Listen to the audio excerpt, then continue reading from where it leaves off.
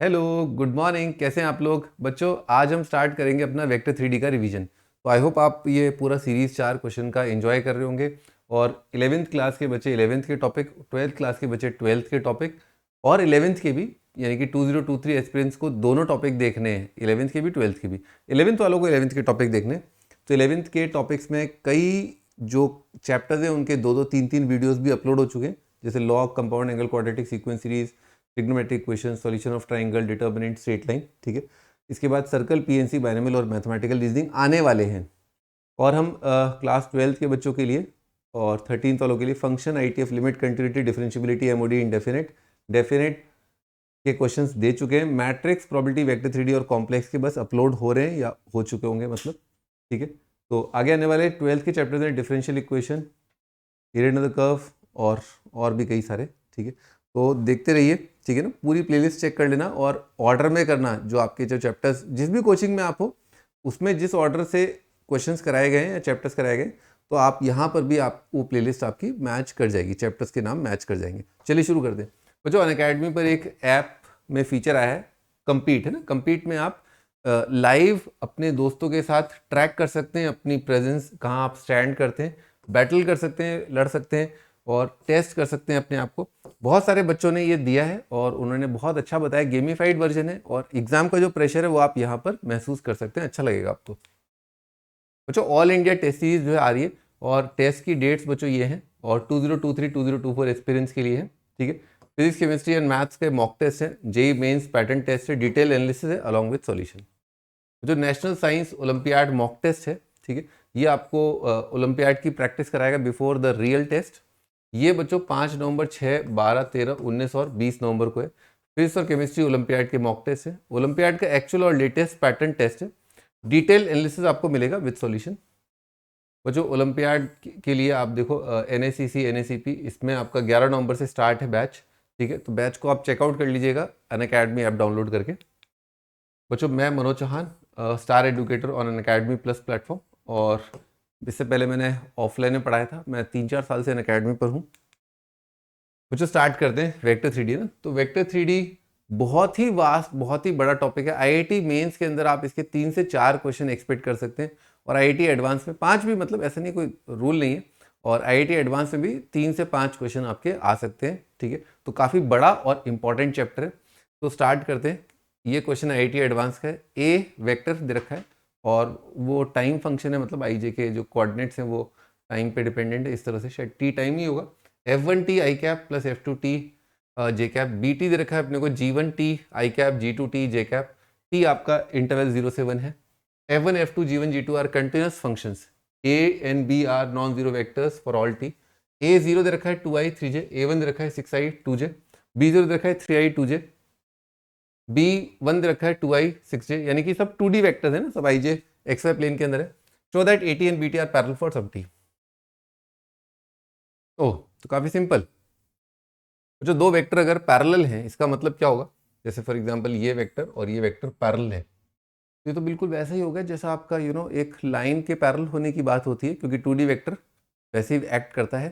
ठीक है, तो आप y/x के से भी सोच सकते हो ना, y/x से भी आप सोच सकते हो। ठीक है, दूसरा थॉट क्या होता है, या तो आप y/x से सोच सकते हो या फिर दूसरा आप बेस वेक्टर्स जो हैं उनको आप कंपेयर कर सकते हो, प्रोपोर्शनेट कर सकते हो। ठीक है ना, जैसे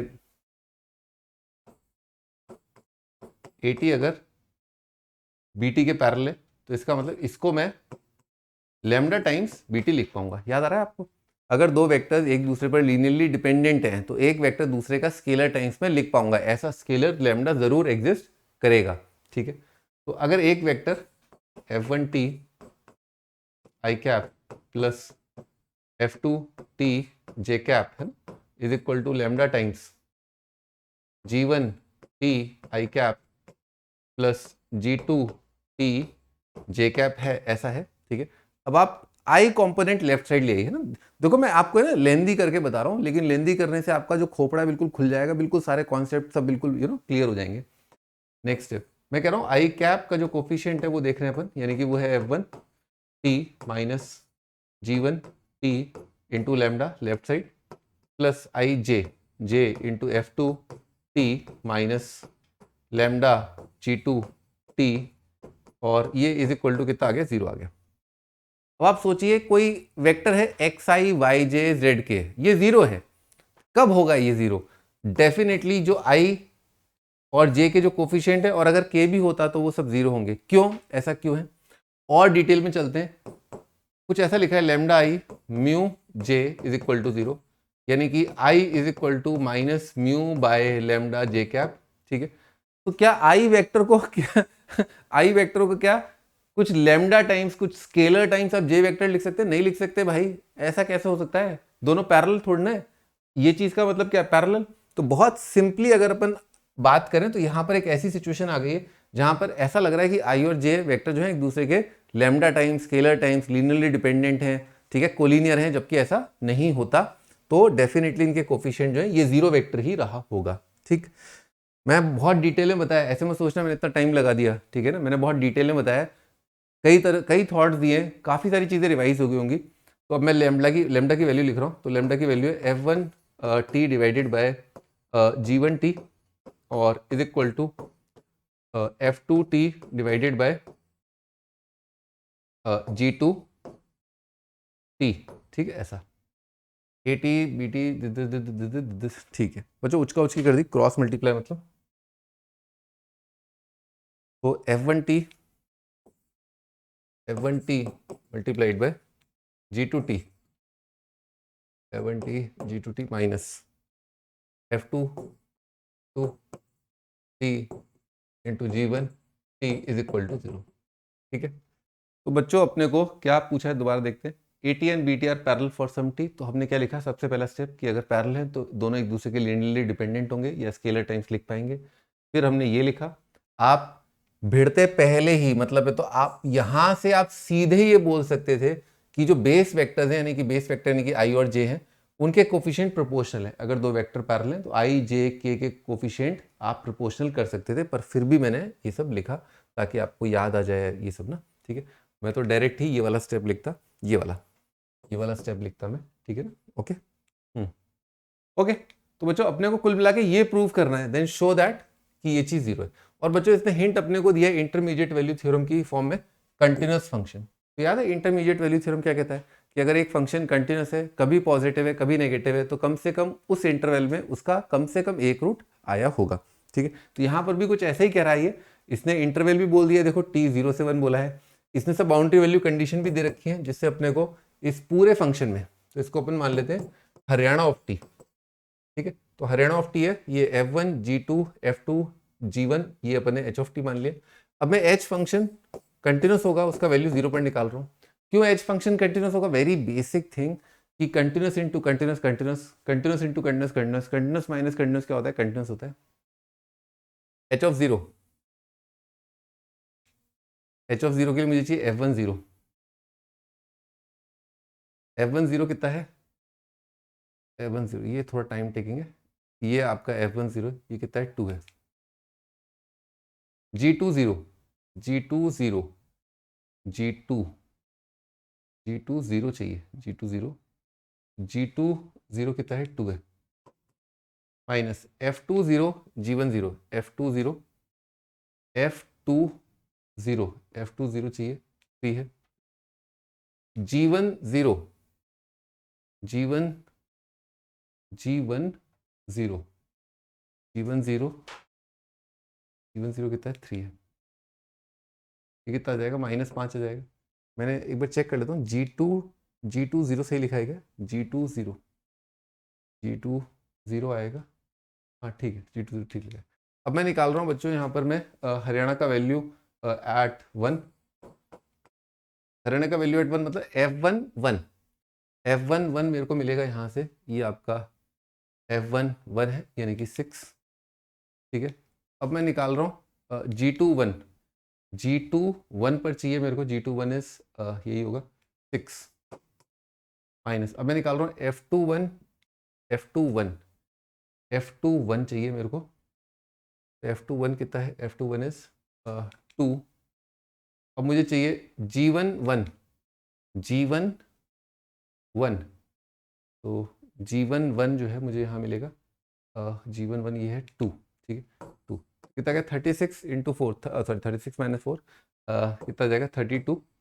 और बच्चों ये एक जगह नेगेटिव आ रहा है, एक जगह पॉजिटिव आ रहा है, फंक्शन कंटिन्यूस है, तो डेफिनेटली h का वैल्यू कम से कम एक बार किसी ना किसी t जो बिलोंग करेगा आपका ओपन इंटरवल 0 से 1 में 0 आया होगा, हेंस प्रूव्ड। ठीक है, the diagonals of a parallelogram are given by vectors this and this, determine its sides and also the area. बच्चों जब भी दो वेक्टर देखो पट्ट से उनका जो है आप डॉट प्रोडक्ट जरूर जरूर जरूर ट्राई कर लें। तो डॉट प्रोडक्ट लेके देखा कितना आ रहा है 6 माइनस 12 प्लस 6, ओ भैया ये तो परपेंडिकुलर है। बच्चों एक पैरेललोग्राम है, उसके डायगोनल्स है, परपेंडिकुलर है, क्या हो गया वो रोम्बस हो गया। ठीक है, डिटरमाइन साइड्स, एरिया फटाफट आ गया अपने पास, half of mod of d1 vector mod of d2 vector.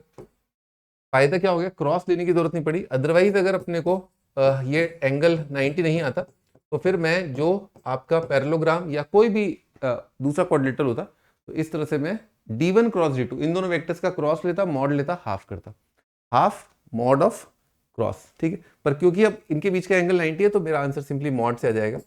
Mod of first vector 2 3 6, बहुत प्यारा 7 आ जाएगा, प्यारा सा मॉड है।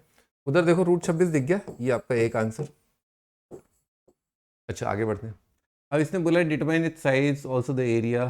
ठीक है, साइड्स बताते हैं, जो बहुत सिंपल है, ये तो काफ़ी सवाल।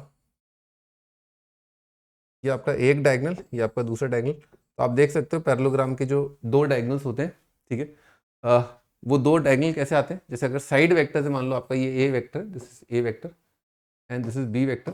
ठीक है, तो A vector plus B vector, ये आपका ये एक डायगोनल है ना, इसको मैं बोल देता हूँ पी वेक्टर, क्यू वेक्टर। ठीक है, A plus B is equal to P, और दूसरा आपका A minus B is equal to Q. ठीक है, डायगोनल वेक्टर्स आते हैं साइड वेक्टर्स को ऐड करके और सब्ट्रैक्ट करके ना, वेरी इजी, पता होगा आपको। डिटरमाइन साइड्स, साइड के लिए ऐड कर दो और हाफ कर दो, है ना, तो 2 3 का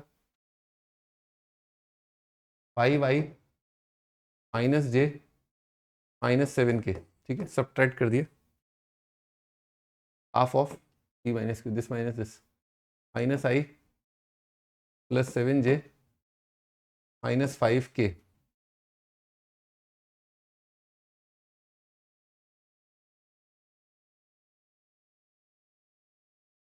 माइनस 5k कितना है, this minus this, minus I 7j और माइनस 5k। ठीक है बच्चों, ये एक आंसर और ये दूसरा आंसर। ठीक है, याद आ गया होगा आपको सब कुछ, है ना। और बच्चों ये फॉर्मूला हमेशा वैलिड होता है, ये किसी भी क्वाड्रिलेटरल के लिए वैलिड है ये। ठीक है, A B C are 3 unit vectors. बच्चों बार बार आप देखिए, इस लैंग्वेज का ध्यान रखिएगा, नॉन पैरेलल, यानी कि अगर एक तरफ लीनियर कॉम्बिनेशन ऑफ बी लिखा है, एक तरफ लीनियर कॉम्बिनेशन ऑफ सी लिखा है, B is equal to lambda C लिखा है, तो पता है आपको क्या करना है। ठीक है ना,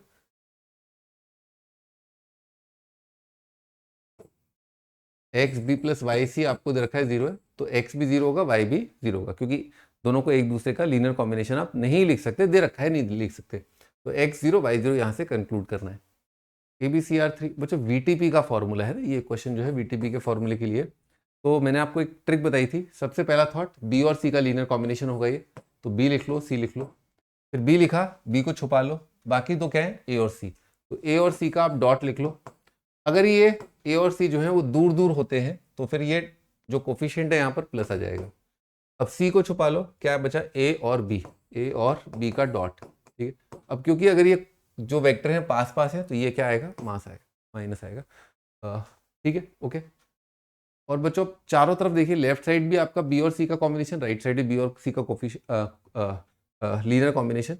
तो अब आप बी और सी के कोफिशिएंट्स को कंपेयर कर सकते हो, या तो एक साइड लाके 0 कर दो, जैसे मैं यहाँ पर सब कुछ एक तरफ ले आया बी और सी के कोफिशिएंट, एक साइड लाके 0 कर दो, या अलग अलग तरफ है तो बी और सी के कोफिशिएंट्स को इक्वेट कर दो। तो मैं इक्वेट कर रहा हूँ कोफिशिएंट ऑफ बी एंड सी, तो बी का कोफिशिएंट बच्चों राइट साइड कितना आ रहा है, हाफ आ रहा है, तो ए डॉट सी कितना आ जाएगा आपका हाफ, और माइनस ए डॉट बी, सी का कोफिशिएंट ये भी आपका हाफ आ जाएगा। अब इसने बोला है कि तीनों यूनिट वेक्टर है, तीनों यूनिट वेक्टर है, तो mod A mod C into cos theta आएगा। पूछा किसका है, ए और बी का पूछा है ना, तो इसको छोड़ो, है ए और बी, यहाँ ए डॉट बी है, sorry sorry sorry sorry, A dot B, हाँ ठीक है।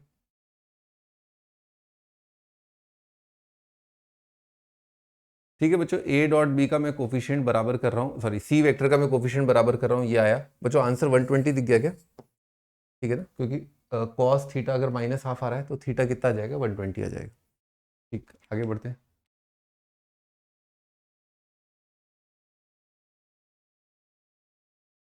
फिर नेक्स्ट क्वेश्चन है एबीसीआर, ये बच्चों बॉक्स से रिलेटेड सवाल। एबीसीआर यूनिट कोप्लेनर वेक्टर्स। बच्चों कोप्लेनर का मतलब क्या होता है? Box zero. बॉक्स जीरो से आपको ये भी याद आना चाहिए कि डिटर्मिनेंट जीरो, डिटर्मिनेंट मतलब a1 a2 a3 b1 b2 b3 c1 c2 c3, ये स्केलर ट्रिपल प्रोडक्ट, ये चीज पूछी गई है। तो आपको बेसिक डेफिनेशन भी पता होनी चाहिए। बेसिक डेफिनेशन, तीन वेक्टर अगर दे रखे हैं तो कैसे भी कर सकते हो। फर्स्ट का डॉट विथ 2b माइनस सी का क्रॉस विद 2c माइनस ए। ठीक है, समझ में आ रहा है? ए बी सी का बॉक्स होता है ए डॉट बी क्रॉस सी या ए क्रॉस बी डॉट सी। आप डॉट और क्रॉस इंटरचेंज कर सकते हो, मीनिंग वही रहेगा, वैल्यू वही रहेगी, डिटर्मिनेंट ही आएगा। बस order of appearance of vectors change मत करना। और ऑफ कोर्स आपको पता ही होगा कि अगर दो रो को इंटरचेंज कर दें तो माइनस साइन आ जाता है डिटर्मिनेंट का। तो A B C, B C A, C A B तीनों का डब्बा सेम होता है, पर ए बी सी और ए सी बी का डब्बा एक दूसरे का नेगेटिव होगा। ठीक, तो अपन तो क्रॉस प्रोडक्ट लेते हैं। तो यहाँ पर क्रॉस प्रोडक्ट लिख रहा हूँ मैं का डॉट, और यहाँ पर वो जो बी क्रॉस सी कितना आ गया? 4 times B cross C, correct. C cross C 0 और कितना आ रहा है? Minus twice B cross A. ठीक है, ये आ रहा है। तो B cross C, B cross A, C cross C 0, C cross A plus का सी क्रॉस ए, है ना? ठीक, डिटर्मिनेंट की प्रॉपर्टी से भी कर सकते हैं, है ना? ऐसा नहीं कि उससे नहीं कर सकते। बच्चों यहाँ पर देखना शुरू करो, बस डब्बा देखो, ट्वाइस इसके साथ 8 डब्बा दिख गया। बस A B C B C A C B का याद रखना, 8 डब्बा। A dot B, A B A का डब्बा कितना आएगा? 0, क्योंकि ए बी ए में क्या है, फर्स्ट रो और थर्ड रो सेम हो जाएगी। ए सी ए का डब्बा अगेन 0, बी बी सी का डब्बा 0, बी बी ए का डब्बा 0 और बी सी ए माइनस बॉक्स आ रहा है बी सी ए। आपको मैंने भी थोड़ी देर पहले बताया A B C B C A C A B सब सेम होता है। ये 7 टाइम्स डब्बा आ गया, डब्बा 0 तो 7 टाइम्स डब्बा कितना आएगा? 0। आंसर आपका 0 आएगा। ठीक है, आप इसको डिटर्मिनेंट की प्रॉपर्टी से भी कर सकते हैं। ठीक है ना, आप सबको ऐड कर दो, कोई दो को सब्ट्रैक्ट कर दो, शायद आपका a प्लस बी प्लस सी बन जाए। एक और तरीका भी होता है, आप इसमें डिटर्मिनेंट की तरह से इसको एक्सपैंड कर सकते हो। लेट मी जस्ट एक मिनट, है ना बच्चों, ये 2 डिटर्मिनेंट दिख गए, बाकी सब सेम है। तो मेरा एक